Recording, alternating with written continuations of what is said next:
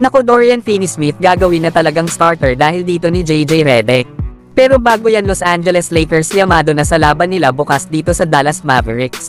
Paano ba naman ang dalawang star player ng Mavericks na sila Luka Doncic at Kyrie Irving ay parehas ng out sa kanilang kupunan? Na kanina nga ay may inilabas na report na nasa 1 to 2 weeks mawawala itong si Uncle Drew dahil sa kanyang back injury.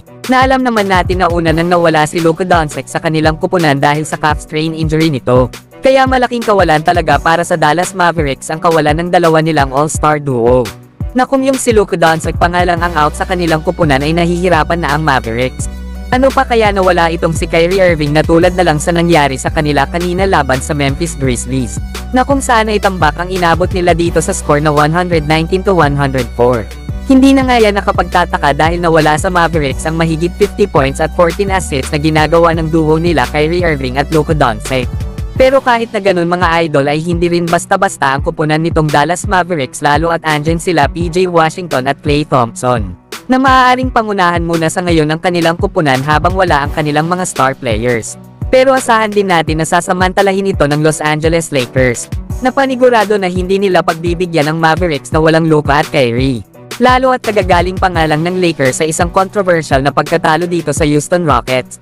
Kaya tingnan natin bukas mga idol kung anong gagawing adjustment ng Mavericks para mapigilan ang kupunan nila LeBron James at Anthony Davis.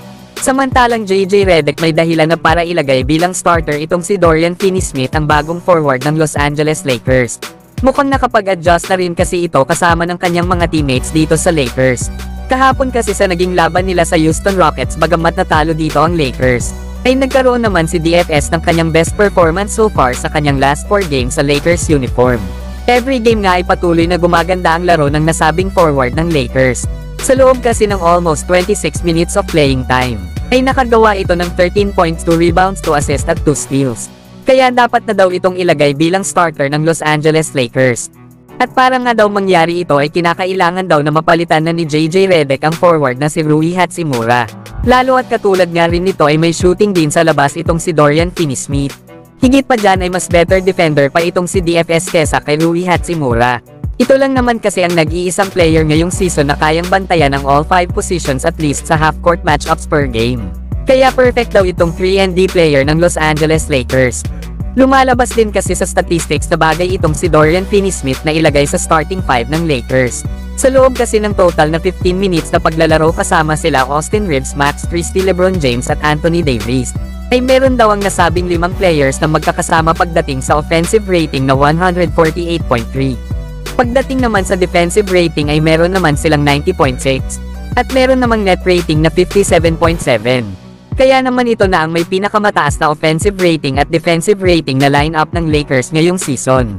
Na dapat na nga daw itong gamitin ni JJ Redick lalo at mapadepensa at opensa ay talagang mag-i-improve kapag si DFS ang inilagay nilang starter kesa kay Rui. Isa pa mga idol ay maganda rin ang performance ni Rui Hachimura kahit ito ay maging coming off the bench. Subok na nga yan lalo na noong inilagay pa ito last season ni Darvin Ham coming off the bench bago ito ibinalik bilang starter. Pero kayo mga idol, gusto nyo ba napalta na ni Dorian Finney-Smith si Rui Hachimura bilang starter ng Los Angeles Lakers?